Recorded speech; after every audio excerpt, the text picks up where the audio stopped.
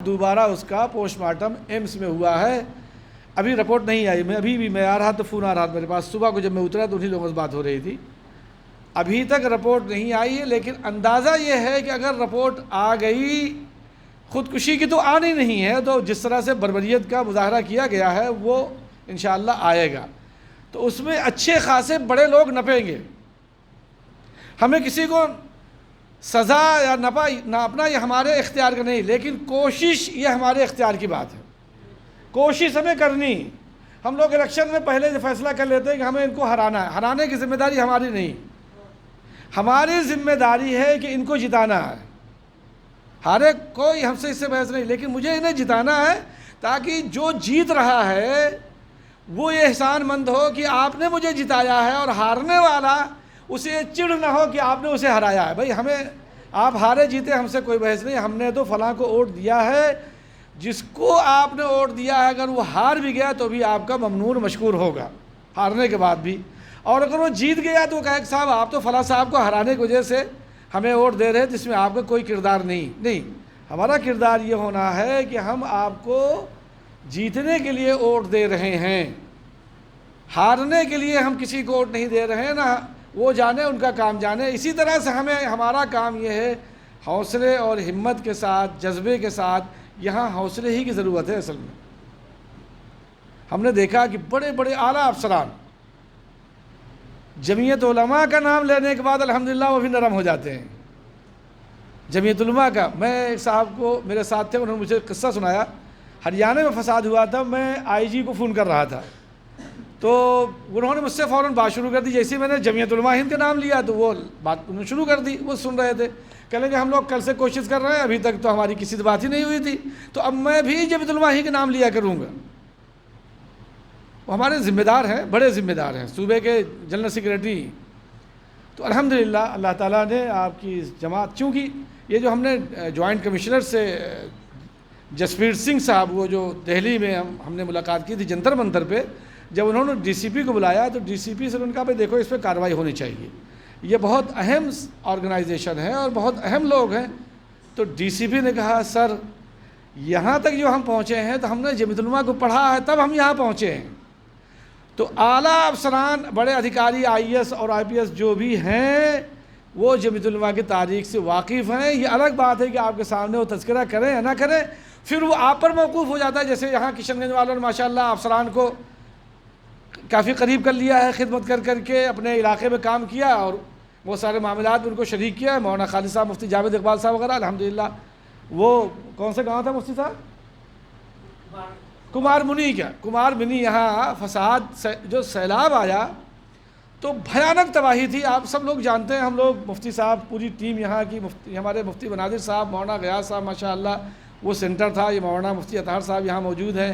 پورنیہ کے ساتھی ہمارے یہاں ہیں، دیناج پور والے یہاں، کٹیہار والے. تو رات دن محنت ہوئی، اس سے الحمدللہ ایک اچھا ماحول بنا کام کرنے کا. تو کمار منی میں بڑے بڑے 11 تالاب شاید ہو گئے تھے، 17 بڑے بڑے تالاب، پورا گاؤں نکل گیا تھا. اور ایسا لگتا ہے جیسے کبھی کبھی آباد نہیں ہوگا، لیکن الحمدللہ مسجد باقی تھی.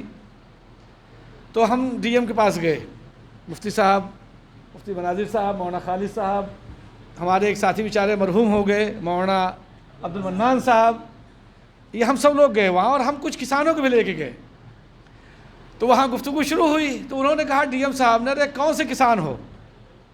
تو میں نے مفتی جاوید صاحب کا، یہ آدمی ہمارے علاقے کا ہے، یہ ڈی ایم صاحب جو ہیں ہمارے علاقے کے ہیں، اس لیے کہ جس لہجے میں یہ سب بات کر رہے ہیں یہ میرے علاقے کے ہیں. ہم نے کہا سر آپ کہاں کے کسان ہیں؟ کہنے کہ یو پی، اتر پردیش کے. میں نے کہا کون سے ضلع ہے؟ کہنے کہ رائے بریلی. ہم نے کہا کہاں رائے بریلی میں؟ کہاں؟ کہنے کہ سلون. میں نے کہا میں تو آپ کا پڑوسی ہوں، پرتاپ گڑھ میرا ہے. تو وہ کھڑے ہو گئے کہ ہاتھ بڑھاؤ. پھر ان لوگوں سے کہا کہ بھائی ہمارے ہاں مشہور ہے 100 پڑھا 1 پرتاپ گڑھا. یہ انہوں نے ڈی ایم صاحب نے کہ 100 پڑھا 1 پرتاپ گڑھا. میں نے کہا سر اب تو رشتہ بہت قریب آ گیا ہے، یہ مٹی ڈلوانے کے کام آپ کروا دیجئے، مکان بنانے کے کام جمعیت علماء کروا دے گی. سنیچر کے دن تھا اور انہوں نے ٹیلی فون گھمانا شروع کیا. یہ سب لوگ بیٹھے ہوئے ہیں، مفتی جاوید اقبال صاحب بھی ہیں، پوری جمعیت علماء کی کام کرنا انہوں نے شروع کر دیا. سنیچر کے دن تھا اور ٹیلی فون کرنا شروع کیا. تھوڑی دیر کے بعد الحمدللہ میں مولانا خالد صاحب ہم دونوں یہاں ایک گاؤں میں دیکھنے آئے، کام چل رہا تھا قریب میں۔ مفتی مناظر کو اور مفتی عبد المنان سے کہا کہ آپ لوگ ایک گاڑی کے ساتھ تیار رہیے گا، ان کے حوالے ایک گاڑی کی گئی۔ جب میں یہاں پہنچا تو ڈی ایم آفس سے فون آیا، قاسمی صاحب جی ڈی ایم صاحب کمارونی جا رہے ہیں۔ ہم نے ان کو فون کیا کہ بھائی آپ دونوں پہنچیے، یہ حضرات پہنچے۔ ان کا خود بیان ہے کہ بہت سے وہاں اتنے اس بیچ میں بہت سارے لوگ آ گئے تھے، لیکن انہوں نے کسی کو دیکھا نہیں۔ ایک ہاتھ مفتی مناظر کا، ایک ہاتھ مفتی عبد المنان کا، بیچ میں چلتے رہے۔ الحمدللہ ثم الحمدللہ بہت مضبوط باندھ بھی بن گیا اور مٹی کا بھراؤ بھی ہو گیا۔ جمعیت علماء نے پھر مکان بنا کر کے ان کو دے بھی دیا، اور ہمارے حضرت مولانا اسرار اللہ قاسمی صاحب رحمۃ اللہ علیہ مکان 44 بنا کر کے دے دیے گئے۔ حضرت مولانا اسرار اللہ قاسمی صاحب رحمۃ اللہ علیہ نے ہم سے کہا تھا کہ بہت مشکل ہے، بہت مشکل ہے، لیکن جب یہ خوشخبری سنائی تو حضرت بہت خوش ہوئے کہ اچھا ایسا ہو گیا، ڈی ایم صاحب نے منظوری دے دی۔ تو جب آپ کو چونکہ فیلڈ میں رہنا ہے، کام کرنا ہے، بھائی صاحب یقین مانیے، صرف اس لیے کہ آپ نے کسی مصیبت زدہ اور مظلوم کو اعلیٰ حکام تک پہنچا دیا تو رسول اللہ صلی اللہ علیہ وسلم نے ایسے لوگوں کے بارے میں جو بشارت دی ہے آپ نے پڑھا ہوگا۔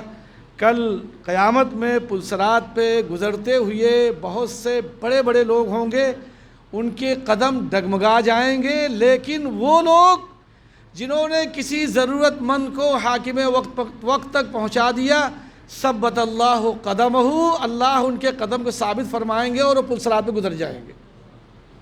کتنی بڑی بشارت ہے رسول اللہ صلی اللہ علیہ وسلم کی طرف سے آپ کے لیے۔ آپ سوچ رہے ہوں کہ یہ تھانے میں جانا، یہ ان سے ملنا، ان سے ملنا، یہ سب دنیا کی چیزیں نہیں۔ ہمارا تو دنیاوی دین ہے ہمارے لیے، ربنا آتنا فی الدنیا حسنہ وفی الآخرۃ حسنہ وقنا عذاب النار، ہے کہ نہیں؟